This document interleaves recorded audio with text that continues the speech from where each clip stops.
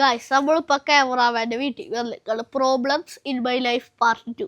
അപ്പോൾ നമ്മൾ അവിടുന്ന് എൻ്റെ വീട് അവിടെയാണ്. അവിടുന്ന് ഞാൻ അങ്ങോട്ട് വന്നിട്ട് ഇവിടെ സൈക്കിൾ അത് തുറന്നിട്ട് ഞാൻ ഇവിടെ വരണം. എന്നിട്ട് ഞാൻ വീണ്ടും പോയിട്ട് അടയ്ക്കണം.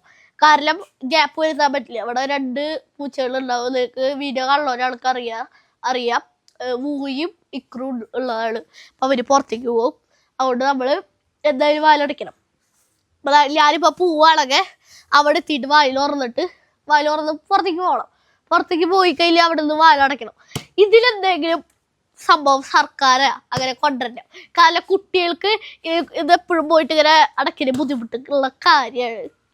പിന്നെ എന്ന് വെച്ച് കഴിഞ്ഞാൽ ഇതെല്ലാവർക്കുള്ള സംഭവം. ഇതിപ്പോൾ വലിയവരാണെങ്കിലും ബൈക്ക് എടുത്ത് വരികയാണെങ്കിൽ ഇപ്പോൾ ഇങ്ങോട്ട് വന്നിട്ട് വാലടയ്ക്കണം, എന്നിട്ട് പുറത്തിറങ്ങുക, വാലടയ്ക്കണം, അങ്ങനെയൊക്കെ ചെയ്യണം.